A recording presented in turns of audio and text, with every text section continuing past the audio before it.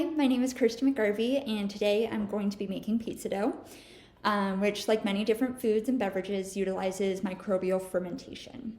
So microbial fermentation is the process by which microbes break down organic molecules in the absence of oxygen.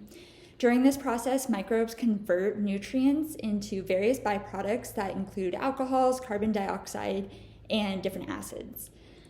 Three different kinds of fermentation, the basic kinds, are the lactic acid fermentation, ethanol fermentation, and acetic acid fermentation. And through these many different types of fermentation used in food productions, they produce different byproducts and organic acids which contribute to the different flavors and textures of fermented food products. So today I'm going to be using yeast, and yeast is defined as any unicellular fungus. And the yeast responsible for making breads and doughs rise is Saccharomyces cerevisiae. Pizza dough utilizes alcohol fermentation, which uses yeast to convert sugars and carbohydrates from the flour that I'll be adding into ethanol and carbon dioxide. So yeast is the primary leavening agent in dough, meaning it is what causes the dough to rise.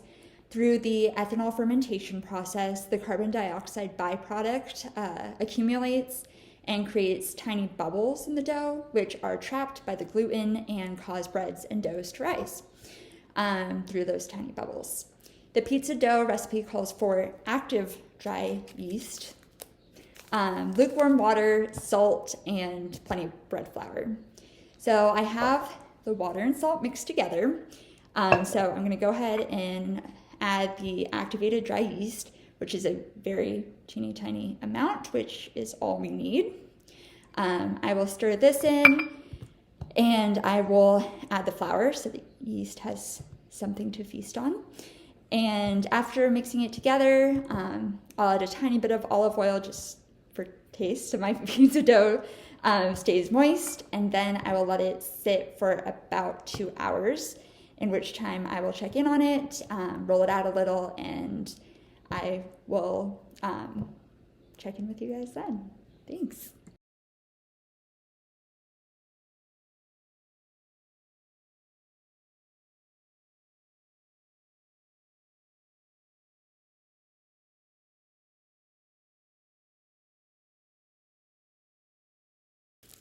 Hi, so it's been about 2 hours for my pizza dough to sit and start fermenting. As you can see, it hasn't done a lot of growing, but the recipe says I should take it out, divide it into 2 balls, and then I will let it sit for another 5 hours or so. It was in an airtight container. It needs to be airtight so the anaerobic process of fermentation can happen and it is not exposed to that oxygen.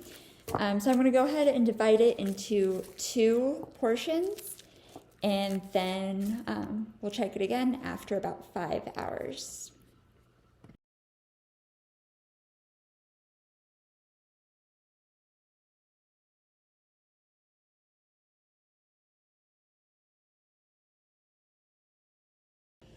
Hi, so it has been about 4.5 hours of letting my pizza dough rest in an airtight container at room temperature.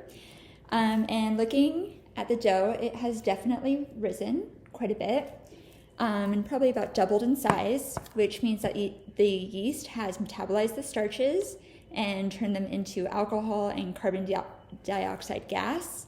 The carbon dioxide caused those air bubbles, and the dough has risen and will continue to rise as long as it has plenty of carbohydrates to keep multiplying, and before going into the oven, where the heat from the oven will kill that yeast.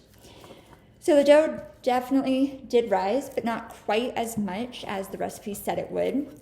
And this could be for a few reasons. The first step I showed was adding the yeast to a mixture of lukewarm water and salt. The water might not have been warm enough to rehydrate the yeast completely, or there could have been too much salt that could have dehydrated the yeast. Another is not enough yeast was added. I looked at a few recipes, and this one called for the least amount of yeast to be used. And the last is I might not have left it to rise for long enough. The recipe called for 2 to 6 hours. And as I said, I left it about 4.5.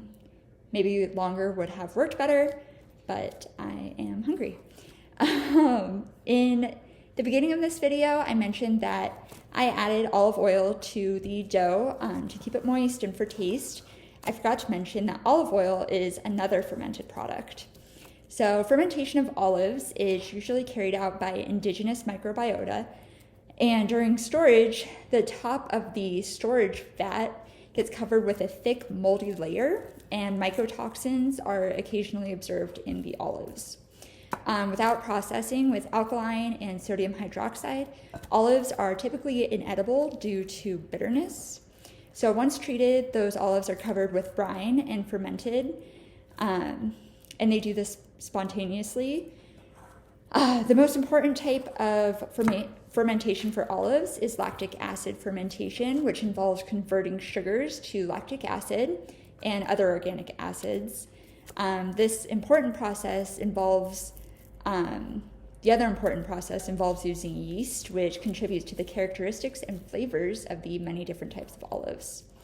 Olive oil can also be used in the fermentation process for when you're fermenting other vegetables. And as I mentioned, it can also keep pizza dough moist while it is rising. So this has been my fermentation experiment. As I say, it was mostly successful. I will go ahead and bake the pizza dough with some toppings, and we'll include a picture of the final result. If I were to do this again and remake the dough, I would possibly add a little bit more of the yeast, or I would measure the temperature of my water before adding it, or I would let it sit for a little bit longer. There is also an option to really slow down the fermenting process by putting it in the fridge for 24 hours. So I might do that as well. But for now, I am looking forward to trying it, and it was really neat to see fermentation in process, and hopefully it will taste good. All right, thank you so much.